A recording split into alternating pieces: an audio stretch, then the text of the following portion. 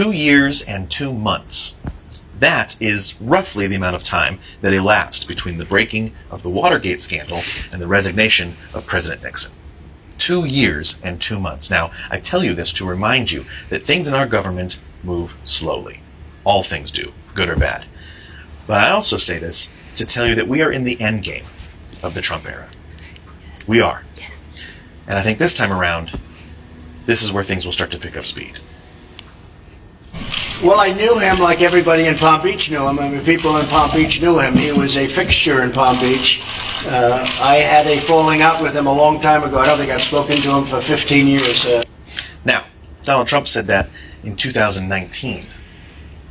Seems he forgot about Thanksgiving just 2 years prior. This is an email thread that was released along with the thousands of documents released by the House Oversight Committee pertaining to the one investigation that we're all very interested in right now. This puts Donald Trump, allegedly, as having Thanksgiving dinner with the person of interest in 2017. And if you all remember, 2017, Trump was President of the United States.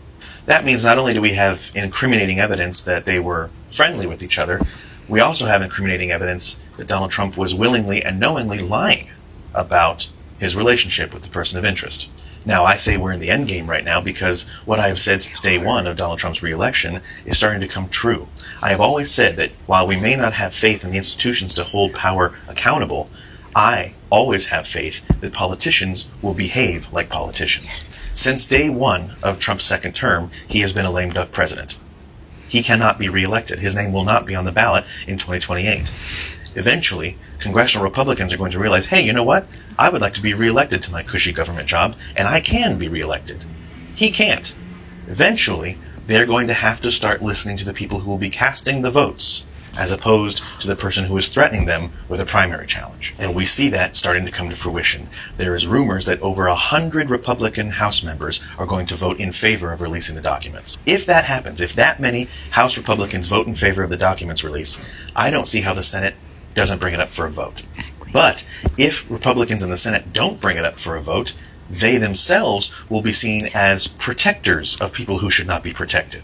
Now, if the Senate does bring it up for a vote and it passes and it moves on to the president's desk for his signature and he vetoes it, I don't know which is worse, politically speaking. Having the files come out or having him veto the release of the files. There is no political upside for Donald Trump in this situation. None. Not even with his base. That's why the White House has been silent. That's why he hasn't been posting to social media in almost 48 hours. That's why he is not taking questions from reporters. When was the last time that you knew Donald Trump not to take questions from the press? It's basically what he's known for. They're in panic mode. So, at the end of the day, we can all be thankful, at least in this situation, that politicians will always take care of themselves first. It is no longer advantageous for congressional Republicans to align themselves with Trump, and so they're going to be forced to turn to the voters. Because the voters are the ones that can send these people back to their nice, cushy government jobs that they want to retain so badly. Because Donald Trump is going down for this. He is.